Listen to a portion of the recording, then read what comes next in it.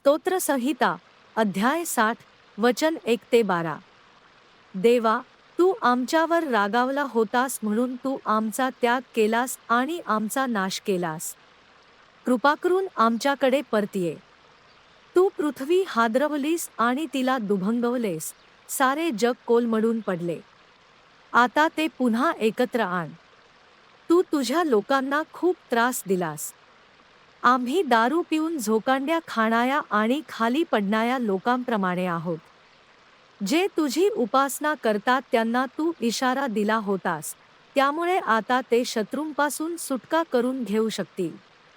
तू तुझी महान शक्ती वापर आणि आम्हाला वाचव. माझ्या प्रार्थनेला उत्तर दे आणि तू ज्यांच्यावर प्रेम करतोस त्या लोकांना वाचव. देव त्याच्या मंदिरात म्हणाला, मी युद्ध जिंकेन आणि विजयामुळे आनंदी होईन. मी ही जमीन माझ्या लोकांबरोबर वाटून घेईन.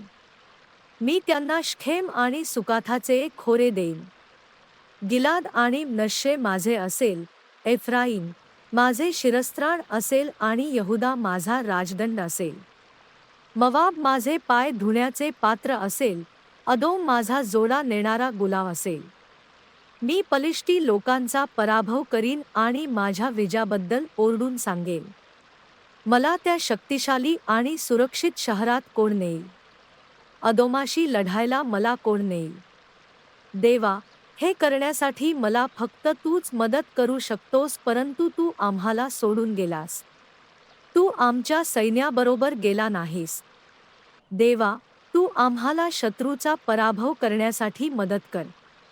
कारण लोक आम्हाला मदत करू शकत नाहीत. फक्त देवच आम्हाला बलवान करू शकतो. देव आमच्या शत्रूचा पराभव करू शकतो. स्तोत्रसंहिता अध्याय 60 वचन 1 ते 12.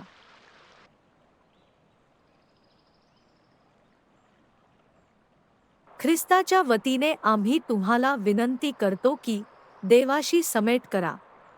कारण देवाने जगावर एवढी प्रीती केली की त्याने आपला एकुलता एक पुत्र दिला, यासाठी की जो कोणी त्याच्यावर विश्वास ठेवतो त्याचा नाश होऊ नये, तर त्याला सार्वकालिक जीवन मिळावे.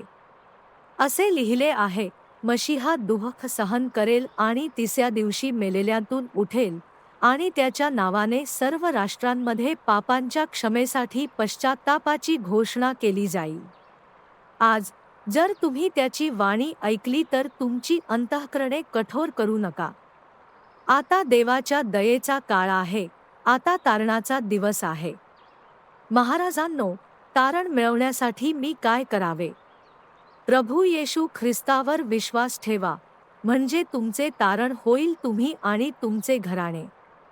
जर तुम्ही तुमच्या मुखाने येशू प्रभू आहे असे घोषित करा आणि तुमच्या अंतःकरणात विश्वास ठेवा की देवाने त्याला मेलेल्यांतून उठवले, तर तुमचे तारण होईल.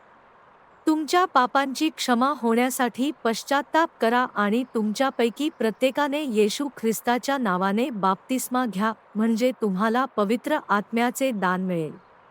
दुसऱ्या कोणाकडूनही तारण नाही, कारण स्वर्गाखाली मनुष्यांना दुसरे कोणतेही नाव दिलेले नाही ज्याद्वारे आपण तारण मिळवू शकतो. कारण एकच देव आहे आणि देव आणि माणसांमध्ये एकच मध्यस्थ आहे, तो म्हणजे ख्रिस्त येशू. प्रभू येशू ख्रिस्ताची कृपा, देवाचे प्रेम आणि पवित्र आत्म्याची सहभागिता तुम्हा सर्वांसोबत असो. आपला तारणारा एकमेव ज्ञानी देव, याला गौरव आणि वैभव, प्रभुत्व आणि सामर्थ्य आता आणि अनंतकाळ असो. धन्यवाद आणि आमेन. अगापाओ प्रतिध्वनी. सीमा ओलांडणारी साक्ष.